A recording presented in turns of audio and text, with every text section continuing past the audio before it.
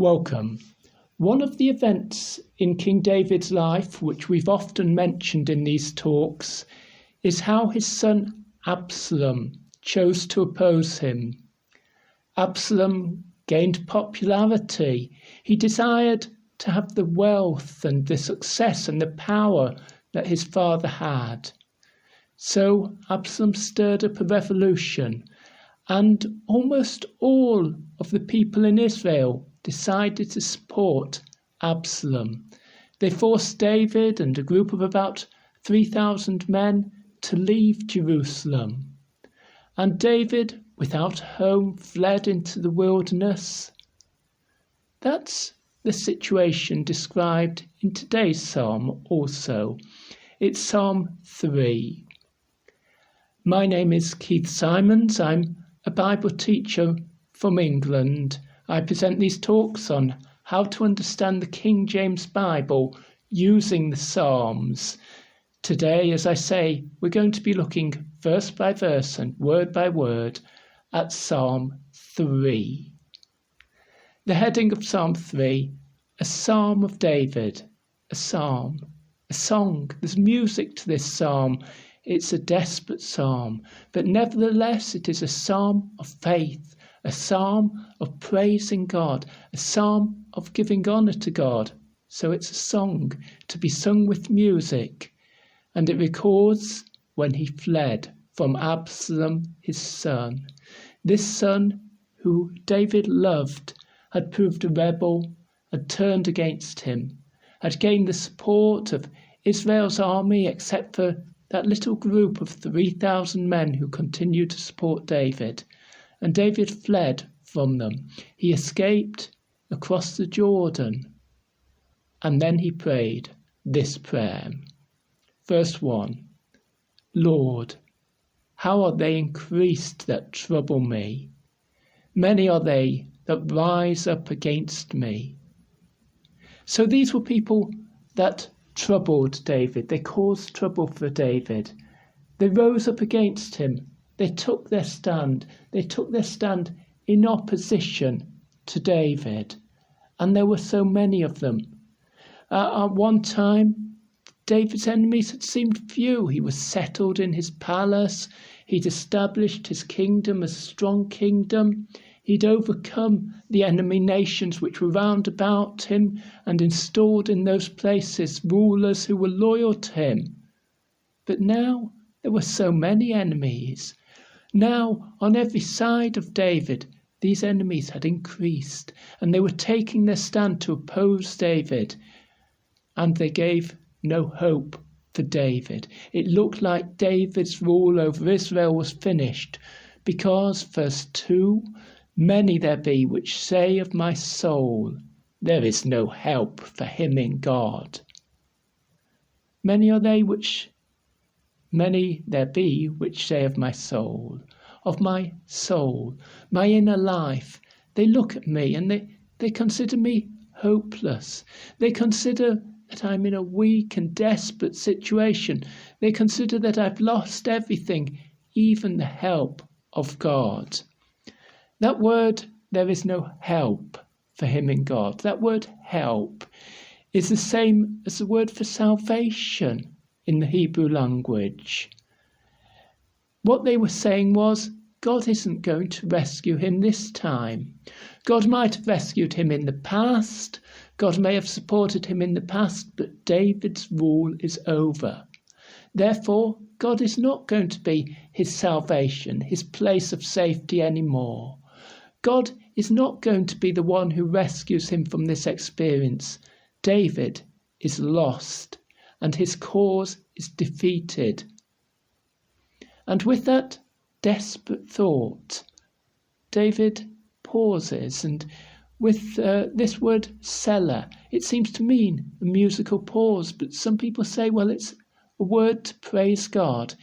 It's certainly a good point in Psalms at which we as readers should pause for a moment and just think about David's desperate situation.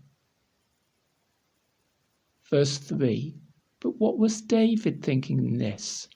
Was he thinking that he had no help, no salvation in God? No. He was thinking the opposite. Verse 3, but thou, O Lord, art a shield for me. A shield? The boards which soldiers would hold up in battle in order to protect their bodies. They might be made out of wood or leather at the time of David.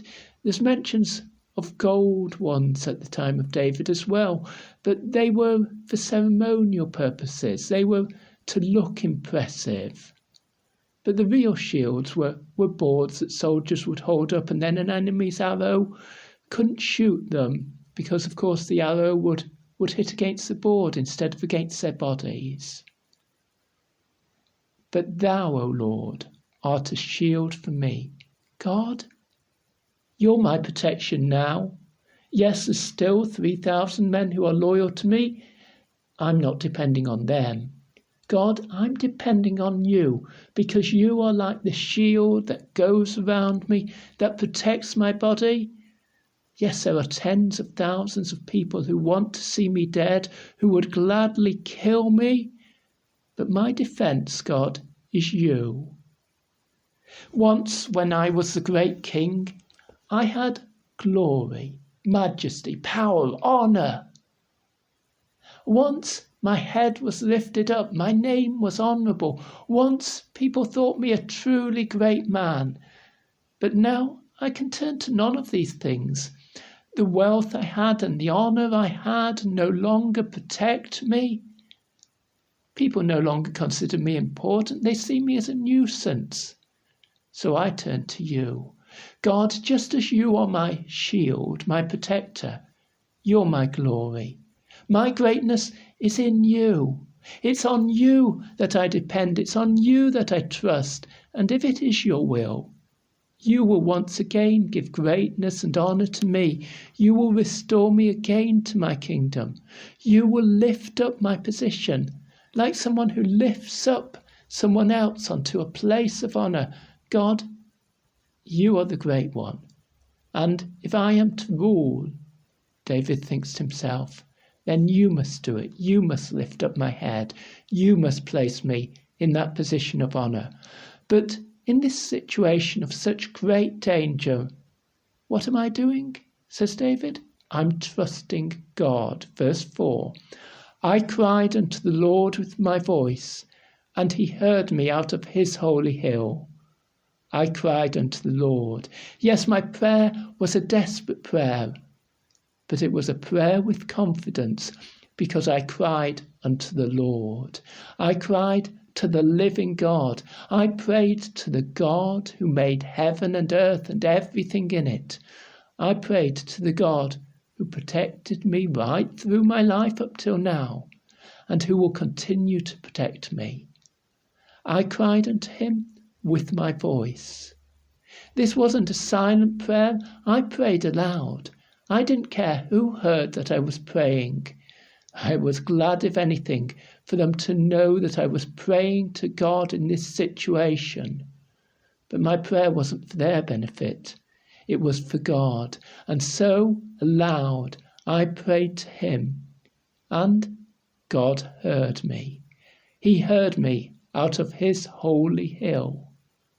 Yes, David had already set aside that Jerusalem should be the place of God's house. God hadn't yet shown him the place of the temple, the place of sacrifice, but nevertheless the holy hill of Jerusalem was the hill that belonged to God, that David had chosen for God. He'd moved the Ark of the Covenant into a special tent he built for it in Jerusalem. That was the holy hill that David was thinking about. And God, who was specially present in that place, had heard David. Now David had been forced out of Jerusalem. We said that earlier. Absalom had taken control over Jerusalem. And although the priest tried to take the Ark of the Covenant out to David, David sent it back into Jerusalem. The symbol that God was present with his people was back there in Jerusalem. David couldn't go to Jerusalem. He couldn't go before the Ark of the Covenant to make his prayer to God. But there, on the wrong side of the Jordan, David prayed. He cried aloud to God. And in his house in Jerusalem, God heard David. And David declares this by faith. He's still in that place on the wrong side of the river Jordan. He's still expelled from most of Israel and from his capital city, Jerusalem. But he declares with faith, with confidence in God, that his prayer has been heard, that God will act, that he trusts God even in this situation. And there once again he adds a pause or a thought of praise to God with the word Selah. And then he continues into verse 5.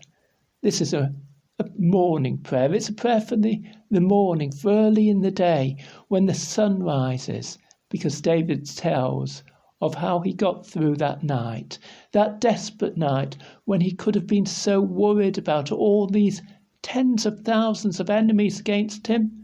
He wasn't worried. Verse 5, I laid me down and slept. Yes, David slept. He slept in peace. He slept in confidence because he knew that God was on his side. He knew that God was looking after him. God his shield. God his salvation. God his strength. David was very weak in that situation. An enemy could have easily approached him and killed him. But no, David wasn't worrying about that because he was trusting God. And that is how he was able to lie down and sleep. And then the morning comes. I awaked, for the Lord sustained me. Sustained, supported. Someone explained this as God is his pillow. The Lord sustained him.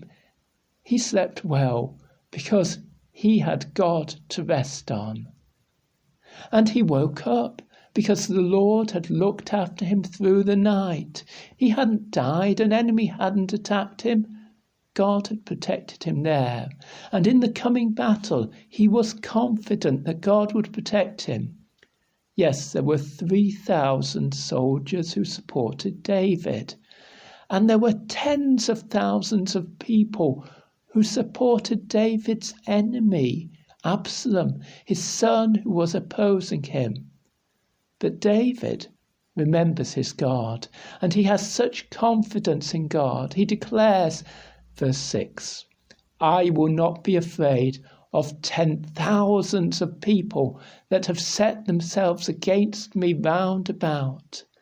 There's all these people opposing me, the vast armies of Israel, the armies that once fought in support of King David, the armies that defeated David's enemies have now become his enemy. And yet David says, even though these tens of thousands of people surround me, I'm not going to be afraid. God is my shield. God is my protector. God is my salvation. God is my sustainer. In God I put my trust. Verse 7, David prays again. Arise, O Lord, save me, O my God. He's asking God to rise up.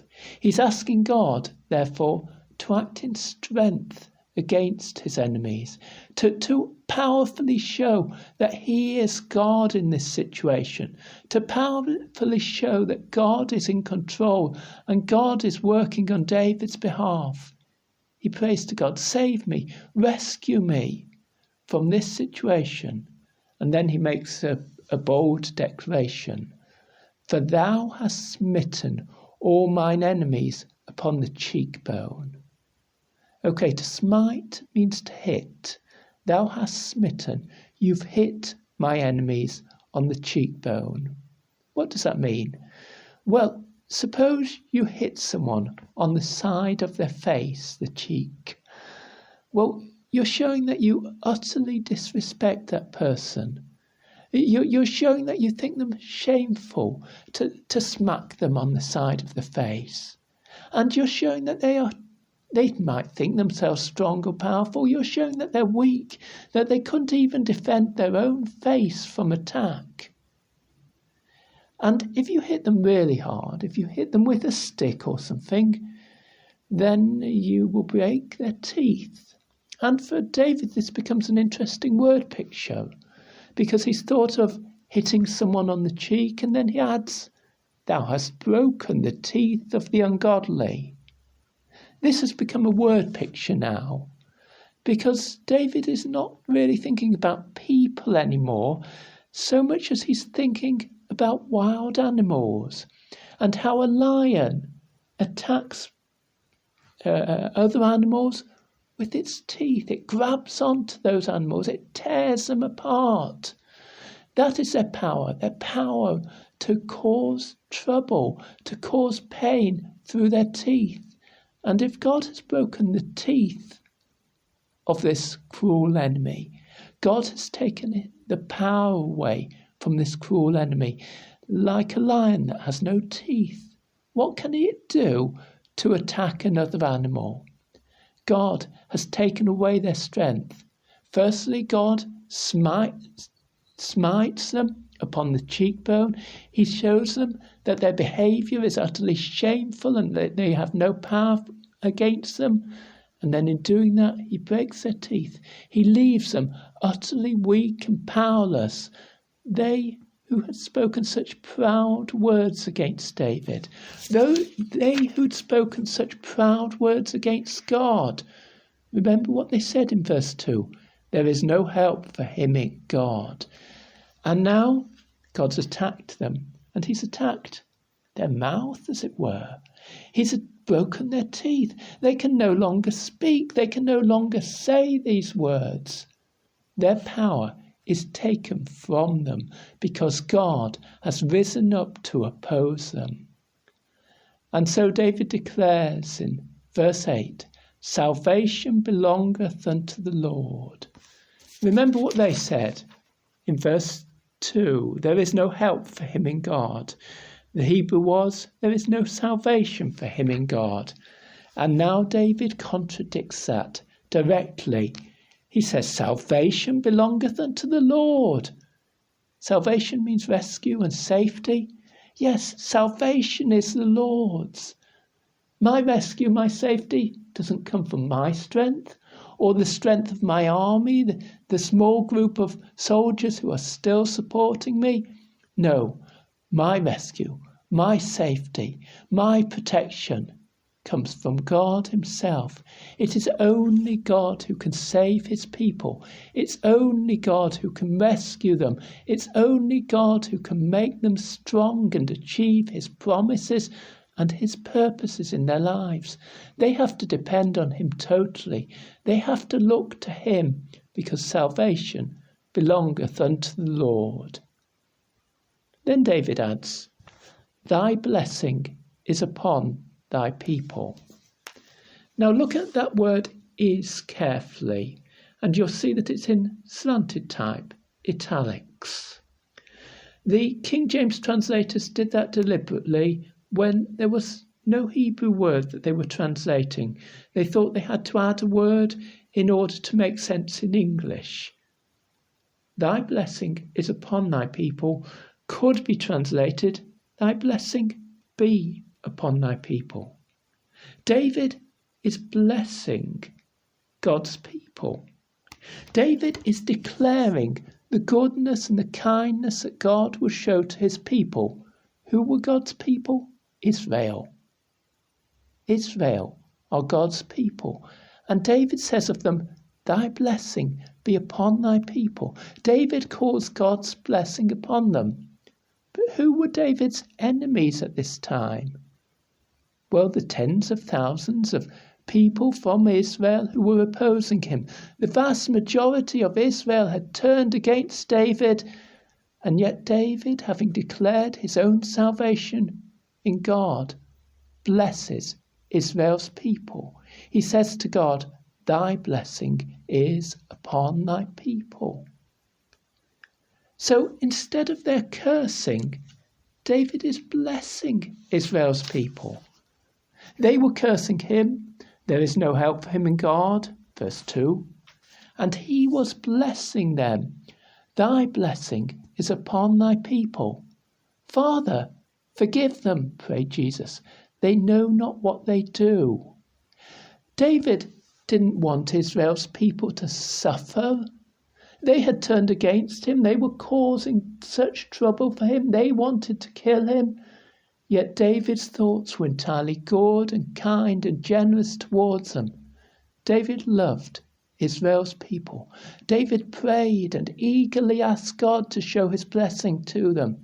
And he was confident, just as he was confident in his own salvation, in his own rescue and safety by God.